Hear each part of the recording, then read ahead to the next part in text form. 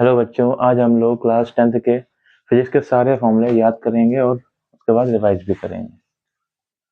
Physics का सबसे पहला चैप्टर है लाइट। लाइट का सबसे पहला formula angle of incidence equals to angle of reflection.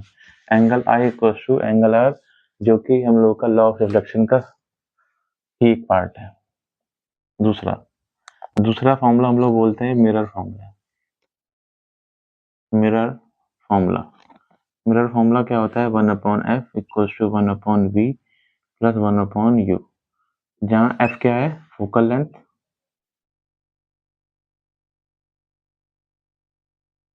v क्या है? Distance of image from mirror, distance of image कहाँ से? From mirror.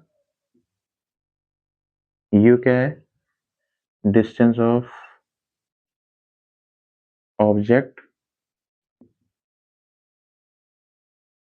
From mirror. हम लोग याद कैसे रखेंगे?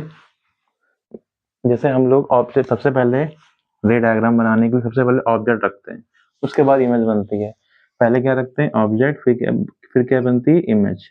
ऑब्जेक्ट ऑब्जेक्ट पहले रखी, सबसे पहले क्या रखी? ऑब्जेक्ट, फिर उसके बाद बनती है इमेज।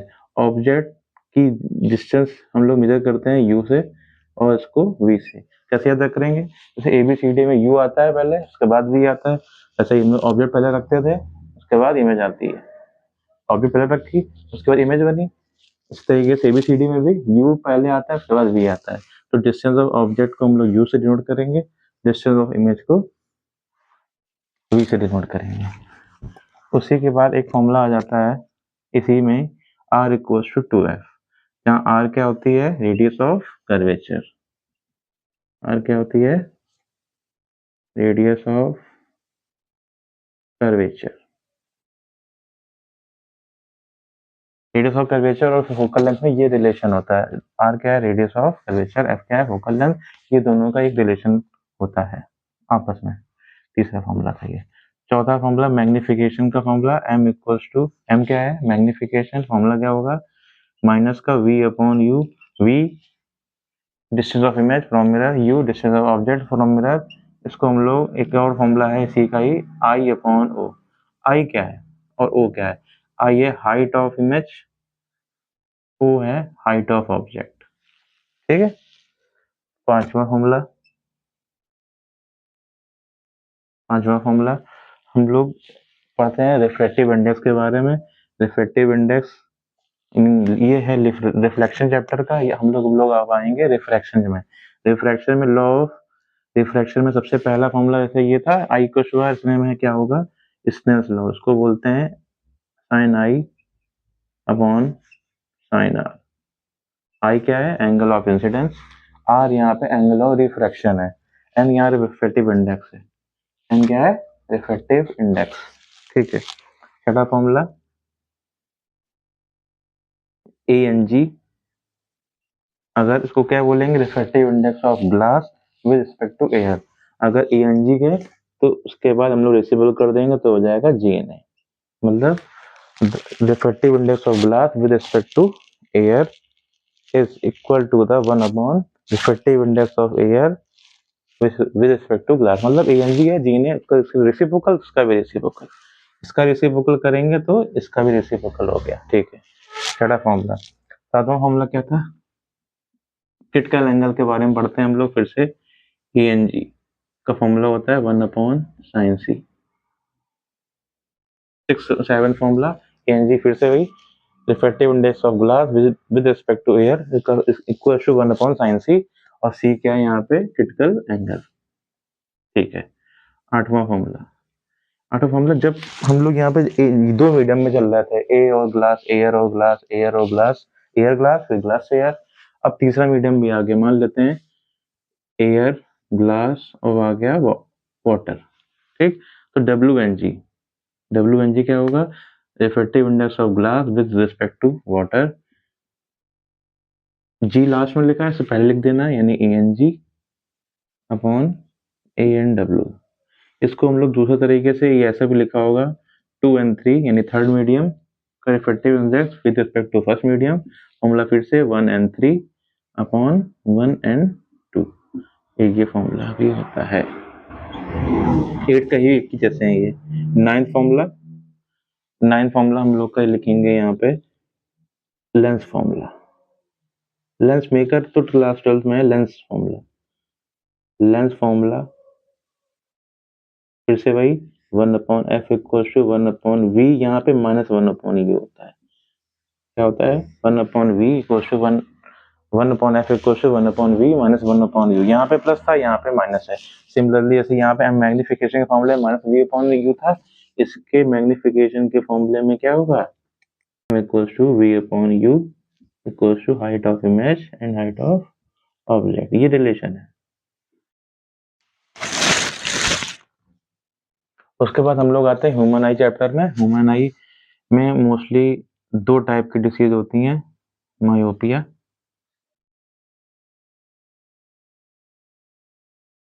And hypermetropia.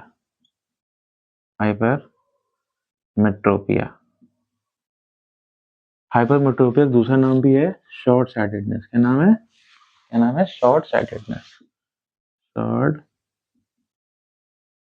साइटेडनेस। इसका मतलब क्या हुआ? इसका मतलब ये हुआ कि उसको पास का दिखता है, दूर का नहीं दिखता। ठीक है। इस वाली डिसीज को दूर करने के लिए डॉक्टर कॉनकेव लेंस लगाता है। हाइपरमेट्रोपिया क्या बोलते होंगे? Long sightedness.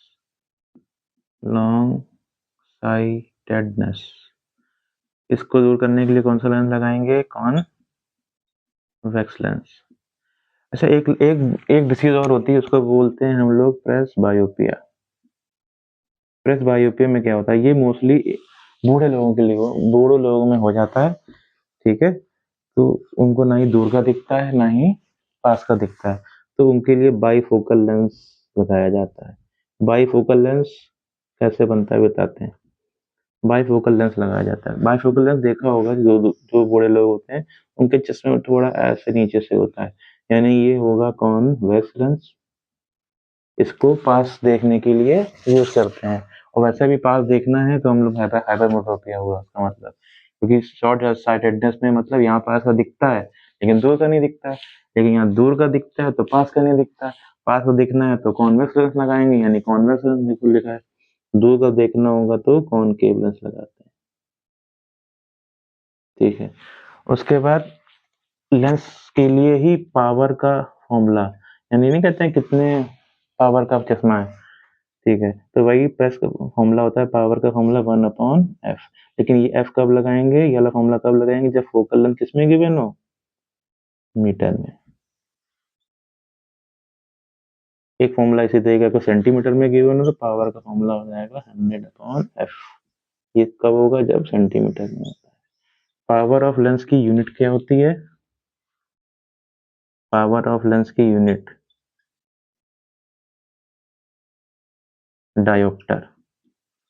डायोप्टर में इसको मेजर करा जाता है, पावर ऑफ लेंस को। ठीक है।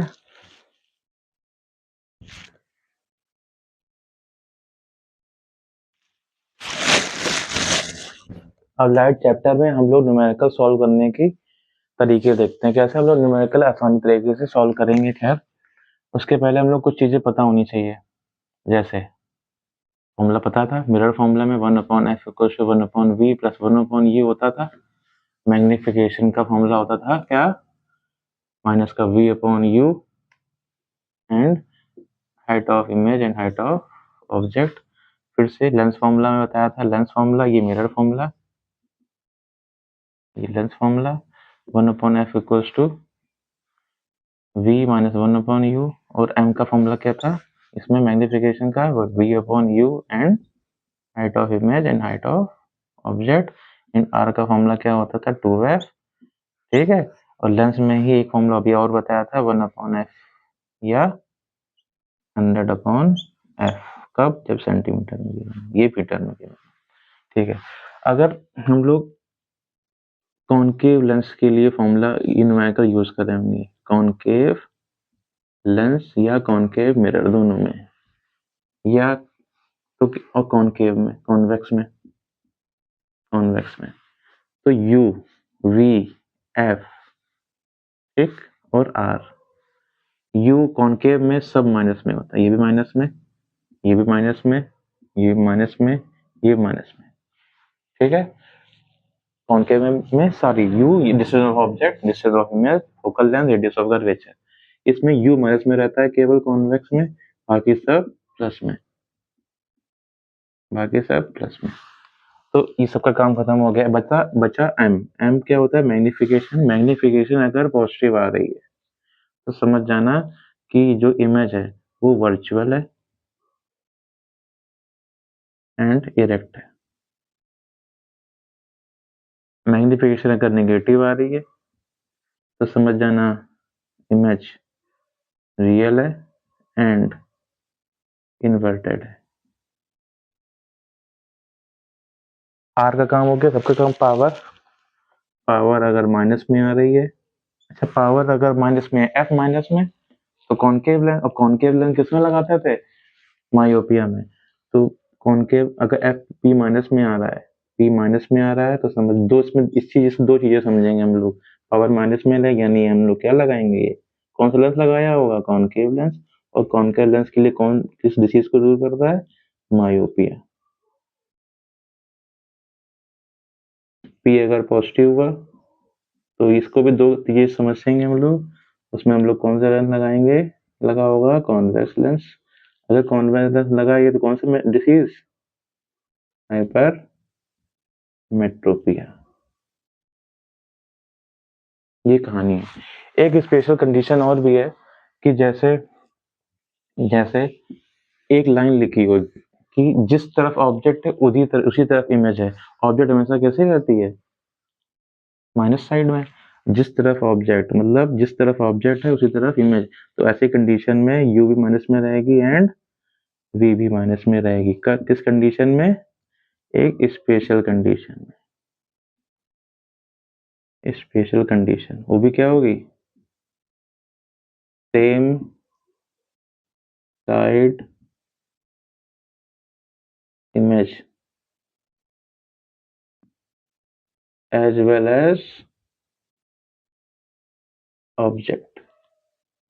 जिधर ऑब्जेक्ट होगी उधर ही क्या बनेगी? इमेज। तब ऐसा काम होगा यू भी माइनस में और वी माइनस में। कैसे याद रखना? कॉनकेव में सब माइनस और कॉन्वेक्स में यू माइनस होता है, बाकी सब कैसे होते हैं? प्लस में।